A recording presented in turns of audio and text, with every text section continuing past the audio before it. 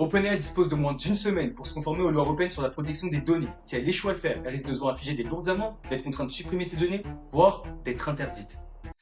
C'est vrai, c'est des fins de film assez tristes, je peux le dire. Mais c'est ce que révèle le MIT Technology Review, un magazine américain. Pour faire court, l'utilisation des données de ChatGPT est fortement critiquée en ce moment et plusieurs pays ont déjà pris des mesures. Juste le mois dernier déjà, il y a l'Italie qui a interdit ChatGPT dans son pays et elle a donné à OpenAI jusqu'au 30 avril pour se conformer à la loi. Chaque conversation que vous avez eue depuis le début avec ChatGPT a été enregistrée et utilisée pour entraîner ces modèles d'IA.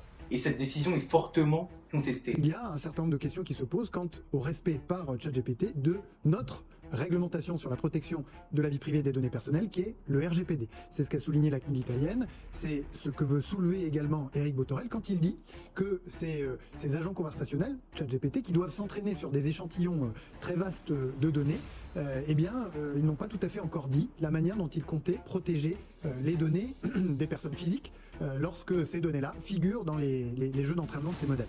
Et pour répondre à ça, OpenAI vient d'annoncer la possibilité pour les utilisateurs de garder leurs données confidentielles. Et tout ça, vous pouvez le faire dès maintenant. Vous avez juste à désactiver l'historique de chat afin que vos données soient ni partagées, ni utilisées pour entraîner le modèle d'IA. Mais malgré ça, il y a quand même beaucoup d'experts qui déclarent au MIT Technology Review qu'il sera impossible pour OpenAI de se conformer aux règles de l'UE, de l'Union européenne et les autres institutions. Et on peut l'expliquer par la manière dont les données utilisées pour former ces modèles d'IA ont été collectées, en aspirant du contenu sur Internet.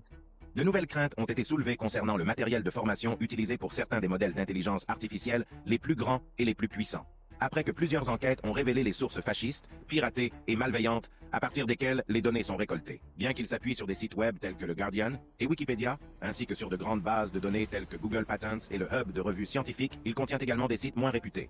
Le site nationaliste blanc VDR figure dans la base de données. Le site de propagande russe RT, soutenu par l'État, est l'un des 100 plus grands fournisseurs de données de formation au corpus CFU. OpenAI devra donc prouver la légalité de ses pratiques de collecte d'utilisation des données pour éviter son interdiction dans certains pays, voire dans l'ensemble de l'Union européenne. Les régulateurs des autorités brésiliennes à californiennes vont donc surveiller de près la situation et le résultat pourrait changer la façon dont les entreprises collectent les données.